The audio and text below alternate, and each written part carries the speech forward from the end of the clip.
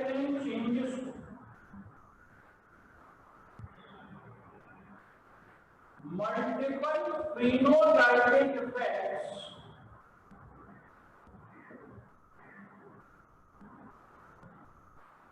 caused by a single gene defect.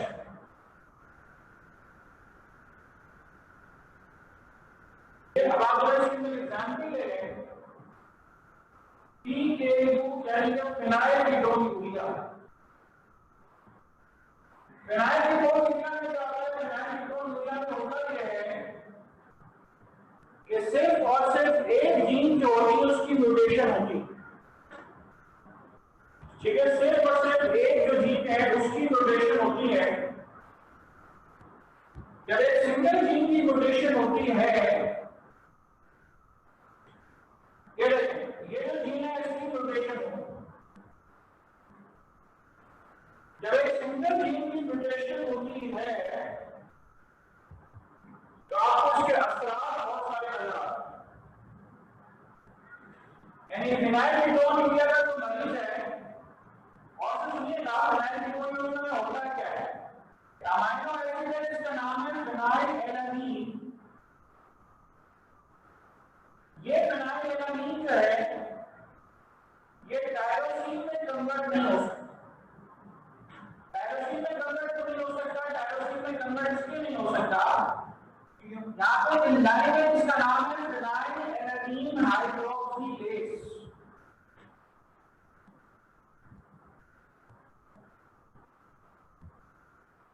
ये enzyme जो है ये डिफेक्टिव है। फिनाइलएलानीन हाइड्रोक्सीलेज एंजाइम जो है डिफेक्टिव है। क्यों डिफेक्टिव है? क्योंकि इसमें जो बनाने वाला जो जीन होता है, इसको जो बनाने वाला जो जीन होता है उसकी म्यूटेशन हो चुकी होती है। जब उसके जीन की म्यूटेशन हो चुकी होती है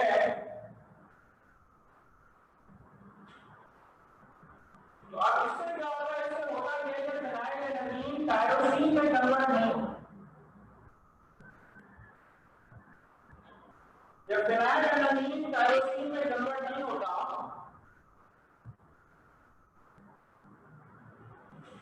तो इससे क्या होगा? टायरोसिन नहीं बनेगा, फिनाइलएलानीन का लेवल ब्लड में बढ़ेगा। अब ये लोग क्या करते हैं? ये लोग जो है जो कि फिनाइलकीटोन्यूरिया सफर करते हैं वो दूध भी पिएंगे, मछली भी खाएंगे, बाकी सारे काम भी करेंगे। इससे ये होता है कि उनके जिस्म में फिनाइलएलानीन का लेवल बढ़ता है। फिनाइलएलानीन का लेवल बढ़ता है तो इससे होता है कि उनकी किडनीज फेल होती है, क्योंकि फिनाइलएलानीन जो है वो यूरिन में आना शुरू हो जाता है। फिनाइलएलानीन फिनाइलकीटोन की शक्ल में यूरिन में आना शुरू हो जाता है। ठीक है, जब फिनाइलकीटोन की फॉर्म में जब वो यूरिन में आना शुरू हो जाता है इससे क्या होता है? इससे आहिस्ता किडनीज जो वो फेल होना शुरू हो जाती है। जब इनकी किडनीज फेल होना शुरू हो जाती है, इसके अलावा टायरोसिन नहीं बनेगा। जब टायरोसिन नहीं बनेगा तो उससे क्या होता है? टायरोसिन के जिम्मे काम होता है एक तो मेलानिन पिगमेंट बनाता है, और दूसरा ये है कि मेलानिन पिगमेंट्स के अलावा टायरोसिन जो है वो न्यूरोट्रांसमीटर्स की फॉर्मेशन करता है। ठीक है, न्यूरोट्रांसमीटर जो है उसकी फॉर्मेशन करता है। जब वो न्यूरोट्रांसमीटर्स की फॉर्मेशन करता है, ठीक है, जब वो न्यूरोट्रांसमीटर्स की फॉर्मेशन करता है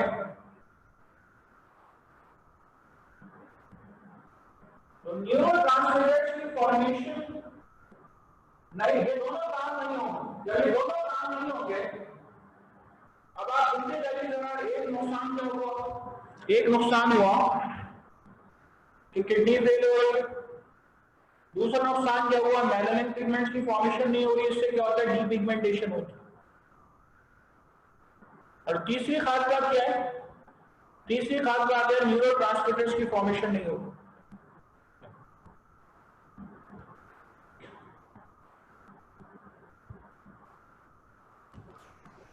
सर बस एक छोटी सी रिक्वेस्ट है, आपने जैसा लियोट्रॉपी बड़ा बड़ा लिखा है ना, इसी तरह बाकी चीज़ें भी थोड़ा बड़ा करके वाजे करके लिखें, क्योंकि वो वीडियो रेजोल्यूशन अच्छी नहीं है ना, तो मुझे नज़र नहीं आ रहा ठीक है, बहुत सारी चीज़ें।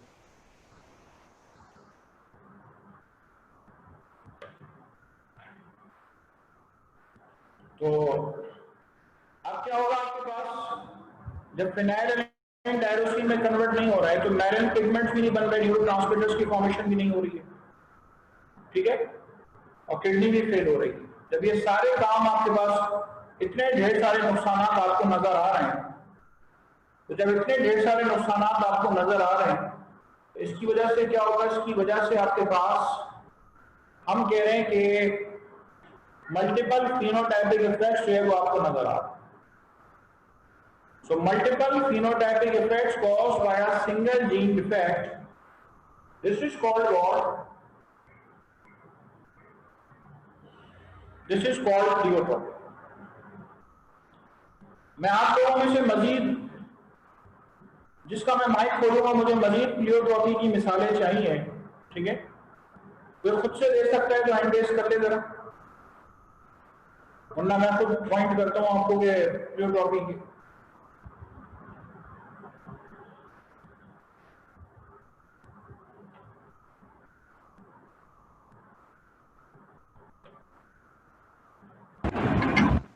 अस्सलामुअलैकुम सर।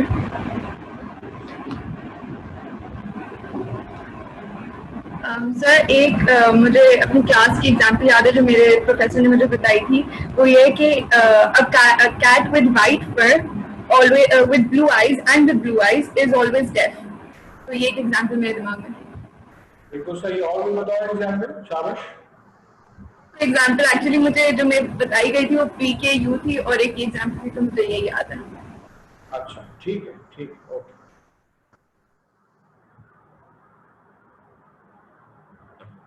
अच्छा, बिल्लियों की एक नस्ल है जिसमें होता क्या है कि अगर बिल्ली सफेद है, ठीक है, और उसकी आंखें नीली हैं, तो वो साथ ही साथ क्या मिलेगी आपको, वो साथ ही साथ आपको डेफ मिलेगी,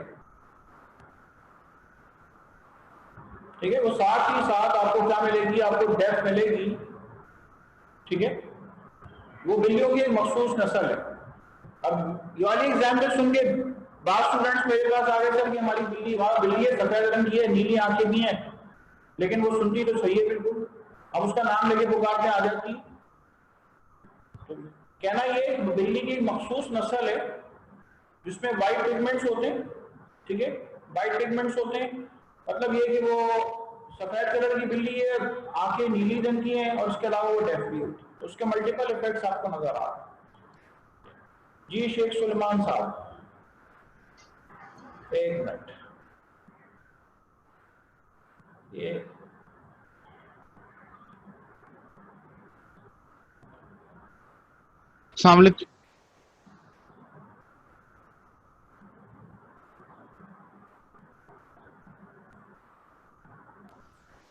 अस्सलाम वालेकुम सर।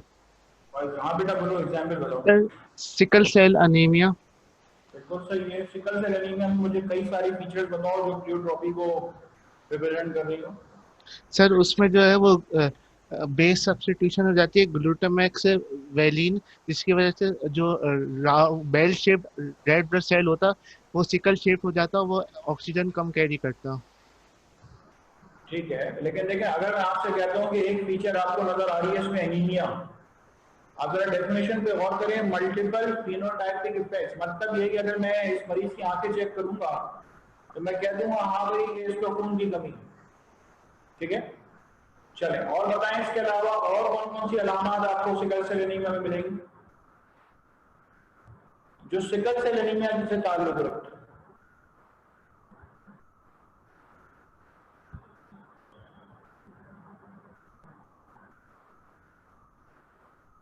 शेख सुलेमान, माइक आपको बंद करने की जरूरत नहीं है।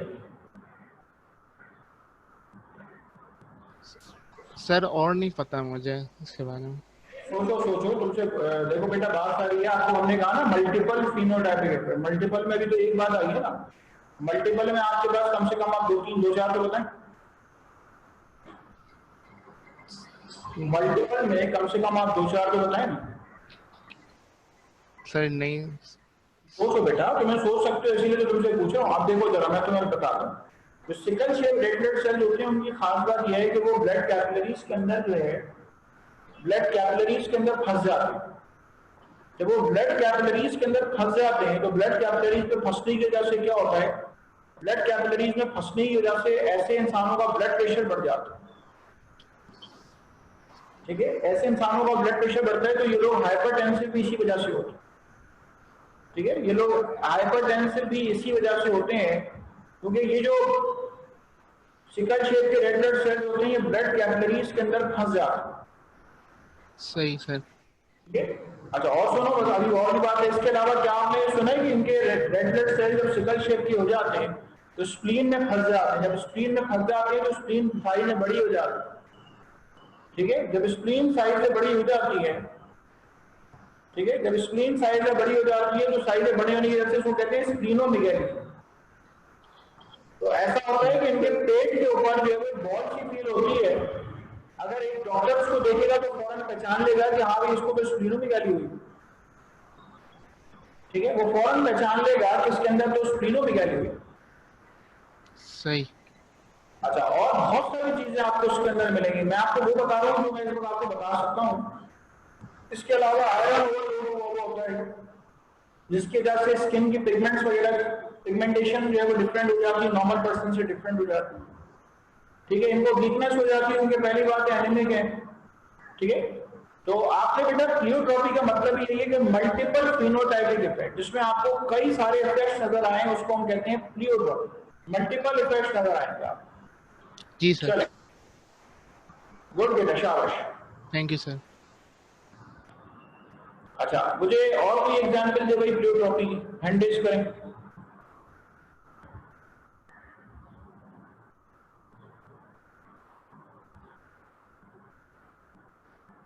उमैया जरा एग्जांपल तो देना, हाथ रेज करो।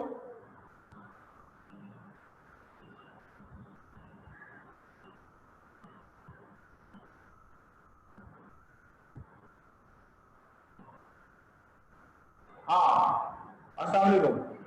वालेकुम अस्सलाम सर। हाँ बेटा, जरा मुझे एग्जांपल तो दो प्लियोट्रॉपी। सर एक एग्जांपल फ्रूट फ्लाई की है जिसमें जो रेसेसिव एलील होता है which is responsible for I colour, वही टेस्टिस के कलर के लिए रिस्पॉन्सिबल होता है और जो स्पर्म की शेप होती है उसके लिए रिस्पॉन्सिबल होता है। बिल्कुल सही है, जबरदस्त। और कोई एग्जांपल? नहीं सर, बस यही पता थी। चले, गुड। तो हमारे पास कितनी एग्जांपल हो गई? अच्छा, एक एग्जांपल ये सैरिश मंजूर भी देना चाह रही हैं, उनसे भी पूछ लेते हैं।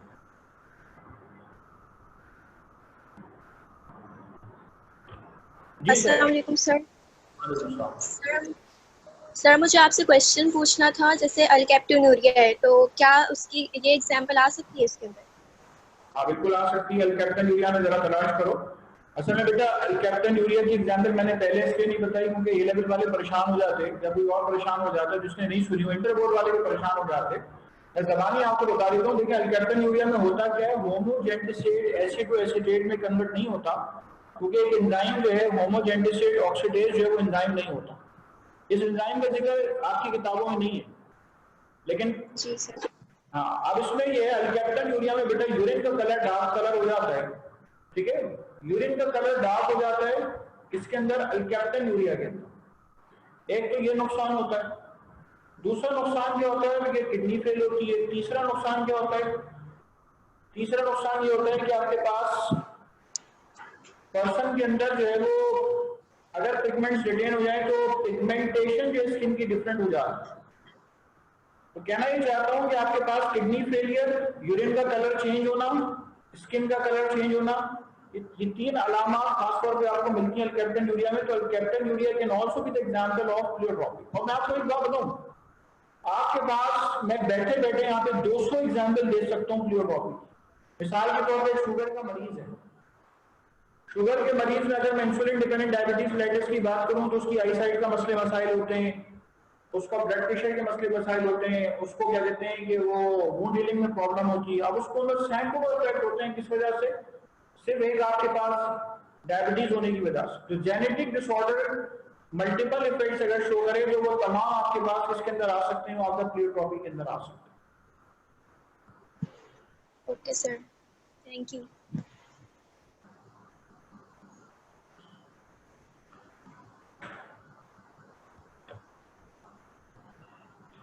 चलो, तो प्लियोट्रॉपी आप, अच्छा इसका कोई क्रॉस नहीं है, ठीक है, इसका कोई भी क्रॉस वगैरह नहीं है, तो आप सारे ध्यान में रखें कि इसका कोई भी क्रॉस नहीं है। मैं इसके वेरी नेक्स्ट जो है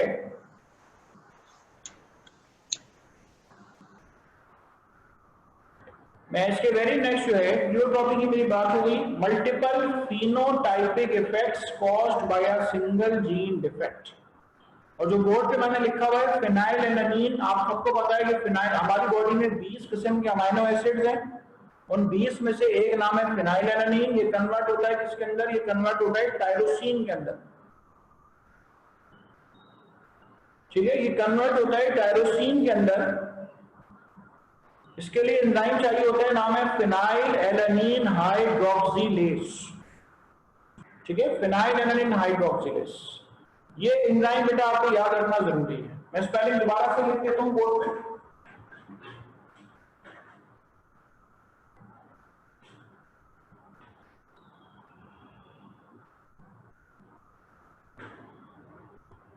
फिनाइलएलानिन हाइड्रोक्सिलेज,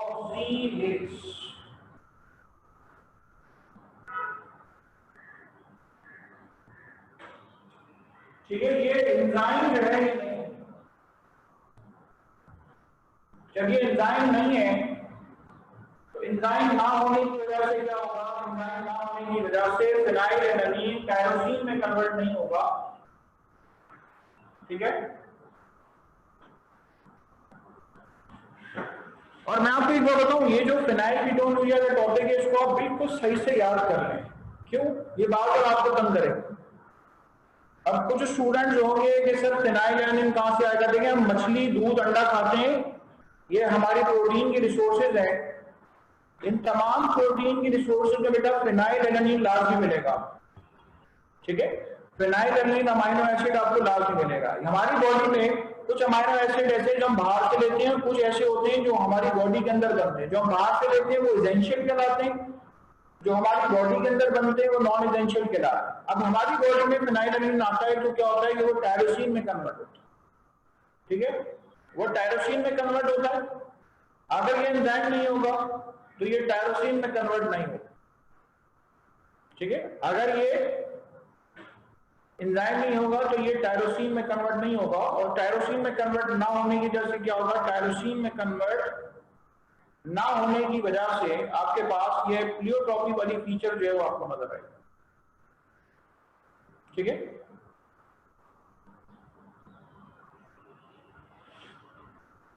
चलिए,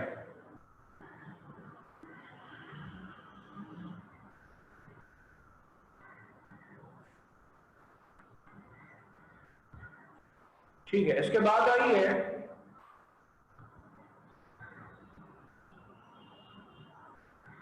next to it is pleiotropy की बात यहां पे खत्म हो गई। मैंने आपसे कहा मैं बैठे बैठे आपको 100 एग्जाम्पल दे सकता हूं, आप लोग खुद दे सकते हैं एग्जाम्पल।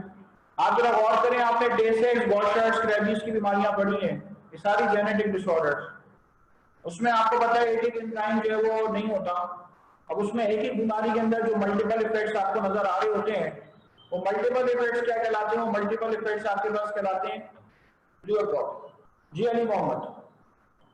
सर ये मिसाल सही है कि जिस तरह अगर मेलानिन का जीन अगर नहीं होता कोड आपके पास, तो ना सिर्फ आपकी स्किन का कलर नहीं होता प्रेजेंट, आपके बालों का भी कलर प्रेजेंट नहीं होता। हाँ बिल्कुल सही, आप जरा गौर करें, आपने जो बात की है ना एल्बिनोस के बारे में बात की है, एल्बिनोस की जो आई की जो लेयर होती है कॉर्वाइड के अंदर मुझमें और आपने अल्हम्दुलिल्लाह मेलानिन पिगमेंट्स मौजूद होते हैं जिससे हमारी आंखों के अंदर अंधेरा होता है।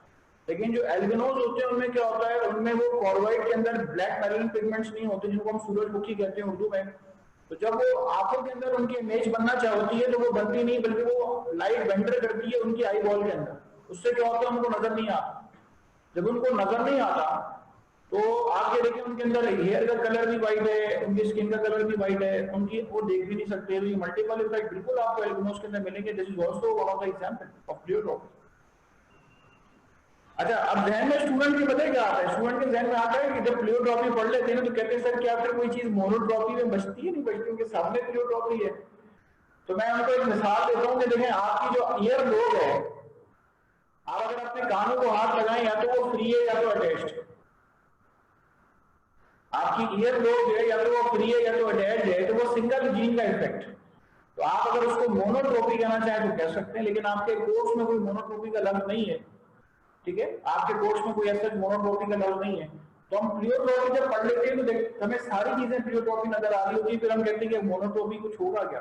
तो कहते हैं या मोनोट्रोपी भी होता है। पौधों वगैरह में तो खैर आसानी से मिल जाएगा, लेकिन इंसान वगैरह के अंदर हम मोनोट्रोपी की बात बड़े आराम से कर सकते हैं। अच्छा, अली मोहम्मद नासिर का अगर माइक खुला हुआ है, नहीं खुला हुआ? अच्छा चले मैं खोल लेता हूँ। जी सर। बेटा मुझे जरा, अब ये प्लियोट्रॉपी की बात हो गई, इसमें मजीद बात करना अननेसेसरी है। मुझे एक बात बताओ, पॉलीजेनिक इनहेरिटेंस की डेफिनेशन बता दो। पॉलीजेनिक? हाँ, पॉलीजेनिक इनहेरिटेंस।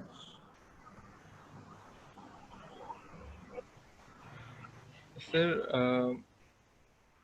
पॉली मतलब ज्यादा, मैनी जीन्स, मुझे नहीं पता आप किस कॉन्टेक्स्ट में पूछ रहे हैं। इसका मतलब है आपने जेनेटिक्स जो है ना उसको शायद टाइम नहीं दिया हुआ है, या आपने पढ़ा हुआ नहीं। पॉलीजेनिक इनहेरिटेंस का जो टॉपिक ऐसा है कि उसके बगैर तो आपकी जेनेटिक्स चलती नहीं है, तो बहुत पूछी भी जाती है। जी सर, मेरे ख्याल में मुझे बुक पढ़नी पड़ेगी। बस आपका आज से मैंने काम दे दिया कि आप पढ़ोगे और मुझे पता माशाल्लाह से आप उसको टाइम दे दोगे। ठीक है, हाँ बस। अच्छा भाई, यहाँ पे मैं पूछता हूँ उमैया, जरा तुम तो बता दो मुझे बेटा, पॉलीजेनिक हैंड रेज करो, क्योंकि यूज से उमैया आता है ना तो आखिर में नाम होता है, तो मुझे इसकी नाम नजर नहीं आ रहे अपनी लिस्ट में। हाँ, हैंड तो रेज करो जरा उमैया, पॉलीजेनिक इनहेरिटेंस तो मुझे बताओ। घबराओ नहीं, बिल्कुल भी नहीं घबराओ। तमाम तारीफें अल्लाह के लिए, तमाम इज्जतें, तमाम रिफतें अल्लाह के लिए। मुझे भी थोड़ी बहुत चीजें आती हैं, पढ़ाने आ गया। कभी घबराए नहीं आप, जिससे भी कह रहा हूँ आप बेटा घबराए नहीं, सीखने के लिए आए। ठीक है, सीख कर एक मुकाम पे इंशाल्लाह पहुंच जाएंगे।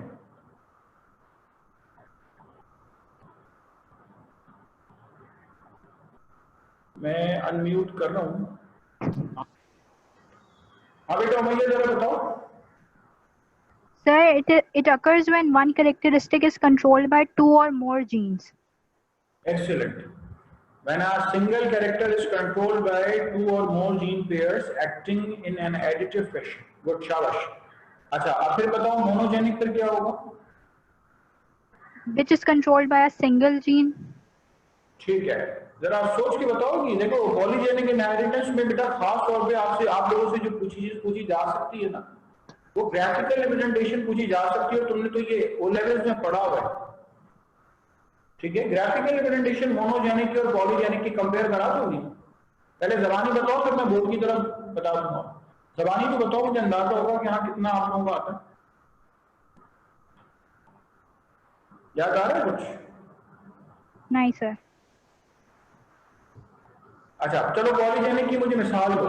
डेफिनेशन तो तुमने बता दी है, कोई मिसाल दो पॉलीजेनिक में। सर पॉलीजेनिक में स्किन या हेयर, ये जो है दो जीन से, ये जो कैरेक्टरिस्टिक्स हैं ये दो जीन्स पे डिपेंड होते हैं, इसलिए स्किन या हेयर। ठीक है, इंसानों की जो स्किन का कलर है वो पॉलीजेनिक में आता है। अगर इंसानों का स्किन का कलर मोनोजेनिक होता तो दुनिया में दो तरह के इंसान होते, या तो सिर्फ काले और या सिर्फ गोरे। लेकिन आप देखें इंसानों में इतनी वैरायटीज है स्किन कलर के लिहाज से, किसी का डार्क कॉम्प्लेक्शन है, किसी का कम डार्क है, किसी का उससे कम डार्क है, किसी का उससे कम डार्क है। ठीक है, कोई गोरा है, कोई कम गोरा है, ज्यादा गोरा। ये फीचर्स आपको पॉलीजेनिक की वजह से मिल रही है। और दूसरी कोई मिसाल दो। पहली मिसाल आपने इंसानों से रिलेटेड दे दी स्किन कलर, दूसरी मिसाल दो पॉलीजेनिक की। शाबाश, घबराओ नहीं बिल्कुल भी। मैं इस वक्त आप लोगों की ब्रेनस्टॉर्मिंग कर रहा हूँ, पूछ आपसे हूँ, लेकिन टारगेटेड सारे के सारे जितने भी मेरे पास लिस्ट में यहाँ पे पार्टिसिपेंट्स मौजूद हैं, टारगेटेड मेरे पास सारे के सारे। सर प्लांट्स में लेंथ होती है जैसे किसी चीज़ की, फॉर एग्जांपल मेज का प्लांट है उसकी लेंथ या फ्लावर का साइज। अच्छा, और अगर मैं कहूँ इंसानों में हाइट तो चलेगा? सर इंसानों में हाइट भी, हाँ बिल्कुल सही है। दूसरी हाइट भी एग्जाम्पल, पॉलीजेनिक है। बिल्कुल, इंसानों में जो हाइट है, किसी की कम हाइट है, किसी की ज्यादा हाइट है, वरना दुनिया में सिर्फ दो तरह के इंसान होते हैं, खोदू वाले होते हैं और एक आलम चलना होते हैं। ठीक है, इंसानों में पॉलीजेनिक इनहेरिटेंस है, इस वजह से आप किसी की कम हाइट है, किसी की ज्यादा हाइट है, ये हाइट में जो फर्क आपको नजर आ रहा है इसी वजह से नजर आ रहा है।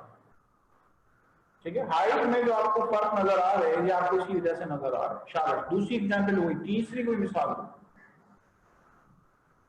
पॉलीजेनिक में तीसरी कोई मिसाल हो। सर साइज ऑफ फ्लावर या ग्रेन्स का कलर। हाँ, व्हीट ग्रेन्स का कलर, बिल्कुल सही, colour of kernel of wheat. ठीक है, बिल्कुल सही। चले, मैं पॉलीजेनिक की तरफ आ रहा हूं।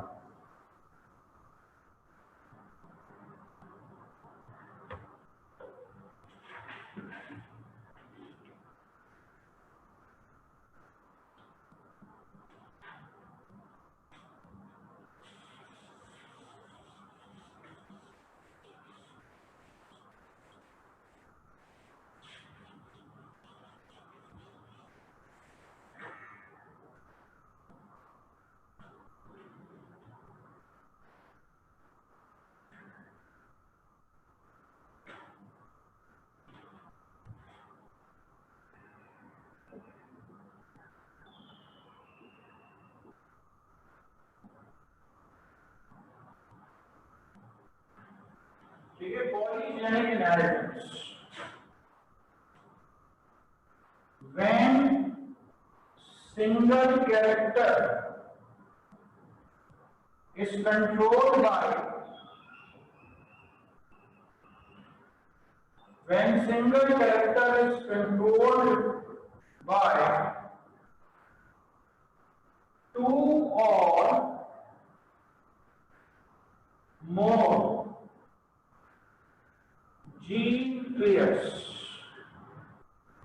अगर दो या दो से ज्यादा जीन पेयर्स मिलकर कंट्रोल करें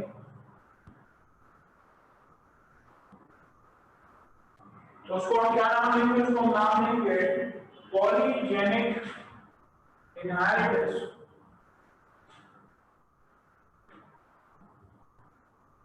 ठीक है, हम इसको कहेंगे पॉलीजेनिक इनहेरिटेंस। अच्छा, लेकिन सबसे पहली बात बेटा पॉलीजेनिक इनहेरिटेंस से रिलेटेड पूछी जाएगी चीज, वो पूछी जाती है ग्राफिकल रिप्रेजेंटेशन। कह रहे हैं कि आपके सामने में ग्राफ बना रहा हूं, ये वाला एक ग्राफ है और एक ये वाला ग्राफ है।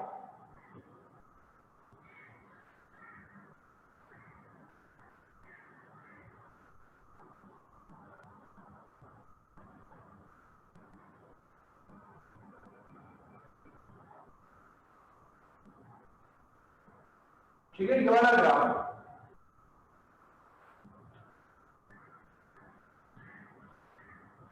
अब आप लोग को सोच के फैसला कर लें कि इसमें मोनोजेनिक कौन सा है और इसमें पॉलीजेनिक कौन सा है। मिसाल के तौर पे अगर मेरी ईयर लोब है, ठीक है, मेरी ईयर लोब है, मेरी ईयर लोब फ्री है, ठीक है, मेरी ईयर लोब है वो फ्री है, किसी की फ्री है किसी की अटैच है। तो देखें, या तो आपको ये पोर्शन मिलेगा या आपको ये पोर्शन मिलेगा। ठीक है, ईयर लोब या तो फ्री है या तो अटैच।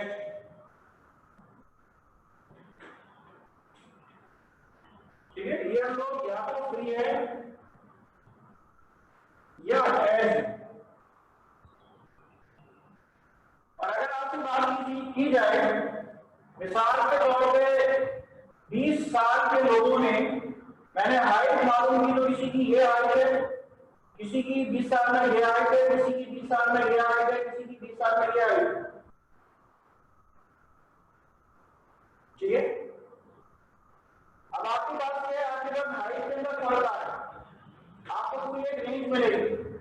अब एज से भी अगर आप फर्क कर लें कि आपके पास एज क्या है, कितने लोगों की हाइट आपके पास कितने फीट की है, मिसाल के तौर पे आपके पास 30 एक फिगर 30, 40, 50, 60, 70, 80, 90 या यूनिट आप कोई सा भी यूज कर लें, तो इतने लोगों की हाइट आपको ये मिल रही है, इतने लोगों की हाइट आपको ये मिल रही है, तो आपको जो ग्राफ मिलेगा वो मिलेगा आपको इस तरह, जिसके अंदर पॉलीजेनिक इनहेरिटेंस।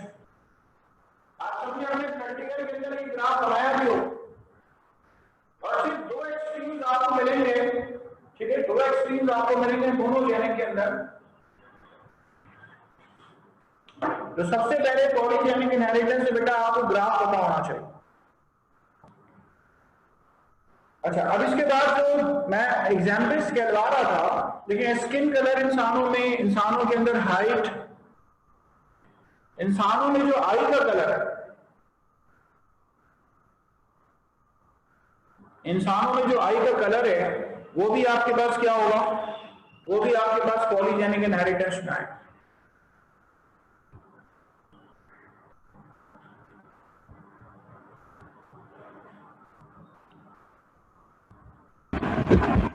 मुझे एक्चुअली ऐड करना था एक एग्जांपल में, इंटेलिजेंस भी तो हो सकता है। बिल्कुल सही है, इंटेलिजेंस भी है, कोई कम नहीं है कोई ज्यादा नहीं। और मैंने एक्चुअली इसके बारे में पढ़ा था, तो मुझे पता था कि ये एनवायरनमेंट से इन्फ्लुएंस होता है। तो काफी ऐसे डिजीजेस हैं जैसे एजमा है, डायबिटीज है, ये भी तो फिर कंसिडर किया जा सकता है, क्योंकि अगर देखा जाए कि इसके काफी रीजंस हैं होने के, मतलब पॉलीजेनिक इनहेरिटेंस के। तो जेनेटिक भी है, लेकिन फिर एनवायरनमेंट भी तो है कि डायबिटीज और एजमा जैसी बीमारियां भी हो सकती हैं। ठीक है, मैं आपका माइक म्यूट करके आपको जवाब दे देता हूँ। देखिए बेटा, एनवायरनमेंट का इफेक्ट तो आप डिनाई कर ही नहीं सकते। आप मुझे एक बात बताइए, किसी फैमिली के अंदर दो जुड़वा बेटे हुए, और जुड़वा बेटे कौन से हुए, आइडेंटिकल ट्विन जो है। एक की तरबियत आप किसी गांव में भेज दें, ठीक है, उसको खेती बाड़ी में लगा दें, और किसी को एक न्यूयॉर्क भेज दें कि वहां जाके पढ़े, और फिर उसको 25 साल के बाद आप आमने सामने करें, तो आप मुझे बताइए दोनों के अंदर आइडेंटिकल ट्विन्स हैं कि उनका डीएनए फिंगरप्रिंट भी सेम है। जब उनका डीएनए फिंगरप्रिंट भी सेम है तो और क्या चीज रह जाती है। तो आप ये सोचें, दोनों की तरबियत जिस माहौल में की गई है वो अलग अलग है। अब वो 20 साल के बाद जो अमेरिका में है, वो आपके पास वो रोबोटिक टेक्नोलॉजी के जरिए वो रोबोट रन कर सकता है, और ये जो गाँव वाला है उसको रोबोट का नाम भी नहीं पता कि रोबोट क्या होता है। ठीक है, तो बेटा एनवायरनमेंट का इन्फ्लुएंस तो आप कुछ भी कह लें वो असरअंदाज होता है। ठीक है, एनवायरनमेंट का कुछ भी कह लें वो असरअंदाज होता है, और इसको डिनाई नहीं कर सकते। और यही बात आपने इंटेलिजेंस की जो मिसाल दी है ना, ठीक है, याद रखिए कि मैंने एक अरसे से, मतलब दीनी पॉइंट ऑफ व्यू से भी सुना है कि जहानत अल्लाह ने सबको दी है, उसको एक्सप्रेस करने की जरूरत है कि वालिदैन उसको कैसे एक्सप्रेस करवाते हैं। ठीक है, तो उसको जो है वो एक्सप्रेस करने के लिए प्रमोशन जो है वो दरअसल आसपास के एनवायरनमेंट से ही मिलता है। तो वो जीन्स क्या होते हैं वो एक्सप्रेस हो जाता है। इस तरह के बेटा बहुत सारे केसेस हैं। आपने शायद एक बात सुनी होगी कि एक छोटा बच्चा जब पैदा होता है तो उसकी जो आई की जो रेटिना होते हैं उसके न्यूरॉन्स बन रहे होते हैं पैदाइश के बाद में। अगर आपने ये किया कि उसकी आंखों पे मुसलसल अंधेरा डाल के रखा, कपड़ा डाल के रखा कि उसको कुछ भी नजर ना आए, तो वो नाबीना हो जाए। वजह क्या है, बाहर की जो लाइट है वो वो अंदर के रिसेप्टर्स पे जाके पड़ रही है, और वो क्या कर रही है, उनके न्यूरॉन्स की सिंथेसिस कर रही है, न्यूरॉन्स की मल्टीप्लिकेशन कर रही है। जब न्यूरॉन्स की सिंथेसिस, न्यूरॉन्स की मल्टीप्लिकेशन करवा रही है, तो बात ये कि एनवायरनमेंट का तो इन्फ्लुएंस आ गया ना। अब आप बताइए कौन सी जेनेटिक्स कहती है कि हम पैदाइशी तौर पे बच्चा अंधा था, लेकिन बाहर का जो एनवायरनमेंट है उसने इन्फ्लुएंस किया। तो एनवायरनमेंट का जो इन्फ्लुएंस है वो ऑब्वियसली बहुत ज्यादा मैटर करता है, क्यों नहीं करता। ओके, तो पॉलीजेनिक इनहेरिटेंस में आपके पास बेटा कोई ऐसा क्रॉस वगैरह नहीं है। ठीक है, बस एक कैरेक्टर को कई जीन पेयर जो वो मिलकर कंट्रोल कर रहे होते हैं। ये जो मैंने पॉलीजेनिक इनहेरिटेंस का बोर्ड पे आपको ग्राफ दिखाया हुआ है, ये कहलाता है बेल शेप ग्राफ। अब बेल शेप ग्राफ में आप देखें, पहले का पोर्शन छोटा है, फिर उससे बड़ा है, फिर उससे बड़ा है, फिर सबसे बड़ा है, फिर उसके बाद छोटा, फिर छोटा, फिर छोटा। तो ये नंबर ऑफ पर्सन, ये बात शायद कहलाता है, ये दरअसल आपके नंबर ऑफ पर्सन को शो कर रहा है कि फर्स्ट करें किसी की हाइट फॉर एग्जाम्पल 4.5 फीट है, तो शुरू का जो पहला पोर्शन है फॉर एग्जाम्पल ये 10 लोगों का है। फिर उसके बाद 4.5 के बाद 4.5 टू 4.8 हाइट जो है वो आपके पास कितने लोगों की है, वो 15 लोगों की है। फिर उसके बाद 5 फीट हाइट जो है वो फॉर एग्जाम्पल 20 लोगों की है। फिर उसके बाद 6 फीट हाइट जो है वो 30 लोगों की है। अब फिर उसके बाद जो 6.5 हाइट है, फिट हाइट है, वो कम से कम भी आपके पास वो फिर 20 लोगों की है। फिर उसके बाद इस तरह ये पूरा ग्राफ शो कर रहा है। लेकिन लेफ्ट साइड पे देखिए जो मोनोजेनिक इनहेरिटेंस का ग्राफ है, मोनोजेनिक इनहेरिटेंस में आपके पास ब्लड ग्रुप एबीओ सिस्टम भी आ जाता है और आरएस सिस्टम भी आ जाता है। याद रखिए blood group ABO system monogenic है विद मल्टीपल एलिक्स और आरएस सिस्टम मोनोजेनिक है विद 2 एलिक्स। आप सबसे कह रहा हूं कि अपनी जेनेटिक्स का पोर्शन खोल लें। मेरे पास यहाँ पे नामों की लिस्ट है, आपको मैंने पेडिग्री करके बता दी है और बाकी चीजें बता दी हैं। पढ़ना शुरू कर दें, अपना चैप्टर प्रोसेस करना शुरू कर दें। कोई टॉपिक भी कहीं से भी पूछ लूंगा और सारे टॉपिक्स में जरूरी नहीं है कि क्रॉसेस मौजूद, ठीक है, पूरे चैप्टर में जरूरी नहीं है कि क्रॉसेस मौजूद, ठीक है। तो तमाम चैप्टर्स में आपके पास क्रॉसेस एज सच नहीं। चलें, तो ना पॉलीजेनिक इनहेरिटेंस में कोई क्रॉस है, ना बेटा आपके पास प्लियोट्रॉपी के अंदर क्रॉस है। ग्राफिकली इसके बारे में बहुत ज्यादा पूछा जाता है, ठीक है। इंसानों की आंखों का कलर फॉर एग्जाम्पल किसी का है डार्क ब्लैक, फिर उसके बाद है ब्लैक, ठीक है, डार्क ब्राउन, फिर लाइट ब्राउन है, ब्लू है, डार्क ब्लू है, फिर लाइट ब्लू, सबसे आखिर में ग्रीन है। तो इंसानों की जो आंखों का कलर है वो भी आपके पास क्या है, वो भी आपके पास पॉलीजेनिक इनहेरिटेंस में आता है।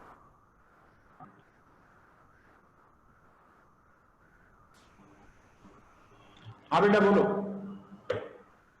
सर एक मिसाल मैं भी शेयर करना चाह रहा था। जिस तरह हम देखें वेट, बहुत सारे फैक्टर्स होते हैं। आपका मेटाबॉलिज्म हो गया, आपका मसल टू फैट रेशियो हो गया, आपका जेंडर हो गया, तो ये भी एक मिसाल हो सकती है सर पॉलीजेनिक। बिल्कुल आ सकती है। देखिए वेट, आपको एक छोटी सी बात बताऊं, देखिए इंसान की किडनी में अगर स्टोन्स भी होते हैं ना, तो उसका भी ताल्लुक जो है वो जेनेटिकली है, वो पॉलीजेनिक इनहेरिटेंस में आता है। वेट की बिल्कुल इसी तरह वेट पे एनवायरमेंट का इफेक्ट भी और वेट आपके पास पॉलीजेनिक इनहेरिटेंस में भी आता है, ठीक है। तो वी कैन नॉट डिनाई। मैं आपको बताऊं, छोटी सी मैं रिसर्च पढ़ा था कि जो वालिदैन बच्चों को मोहब्बत देते हैं, साइंटिस्ट का कहना है उसके भी जीन्स है। उन्होंने क्या किया, एक चूहे में से ममता के जीन्स म्यूटेट कर दी है।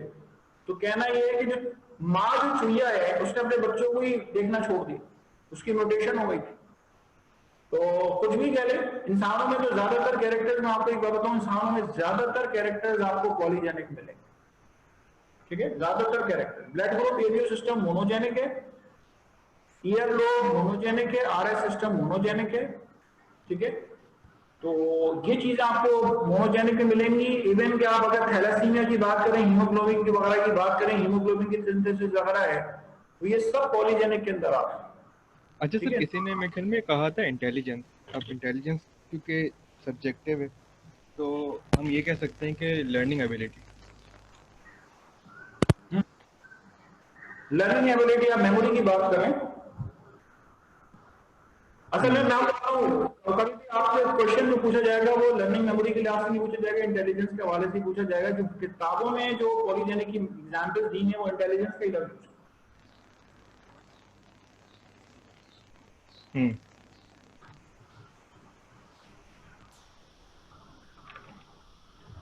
चलें, तो आप सबसे कह रहा हूं ये चैप्टर जीन्स एंड वेरिएशन पढ़ना शुरू कर दें, ठीक है। मैं इस चैप्टर में से नेक्स्ट टाइम कहीं से भी सवाल करूंगा, मुझे जवाब मिलना चाहिए। Okay, thank you so much.